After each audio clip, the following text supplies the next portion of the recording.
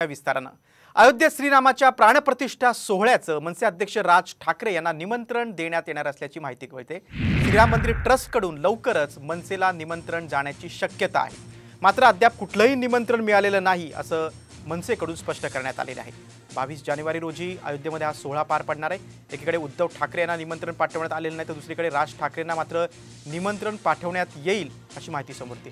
त्यामुळे आगामी निवडणुकीच्या पार्श्वभूमीवर हे निमंत्रण असावं अशी शक्यता वर्तवली जाते। भाजपकडून राज ठाकरेंचं महत्त्व वाढवण्याचा हा प्रयत्न आहे का, पाहूया आपण ग्राफिक्सद्वारे।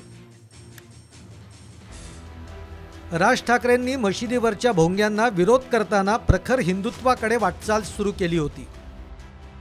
2022 मध्ये राज ठाकरेंनी अयोध्या दौऱ्याचं आयोजन केलं होतं। यावेळी उद्धव ठाकरेंच्या हिंदुत्ववादी प्रतिमेला राज ठाकरेंचा पर्याय उपलब्ध होईल असं वातावरण निर्माण झालं, मात्र ऐनवेळी भाजप खासदार ब्रिजभूषण सिंग यांनी विरोध दर्शवल्यामुळे राज ठाकरेंनी हा दौरा रद्द केला होता। राम मंदिर आंदोलनात शिवसैनिकांमुळेच बाबरी पाडल्याचे दावे ठाकरे गटाकडून केले जात आहेत। राम मंदिर आंदोलनाचा श्रेय घेण्याचा ठाकरे गटाचा प्रयत्न असल्याचं भाजपला वाटतंय। म्हणूनच राज ठाकरेंना निमंत्रण देण्याचा घाट भाजपनं घातल्याचं बोललं जात आहे।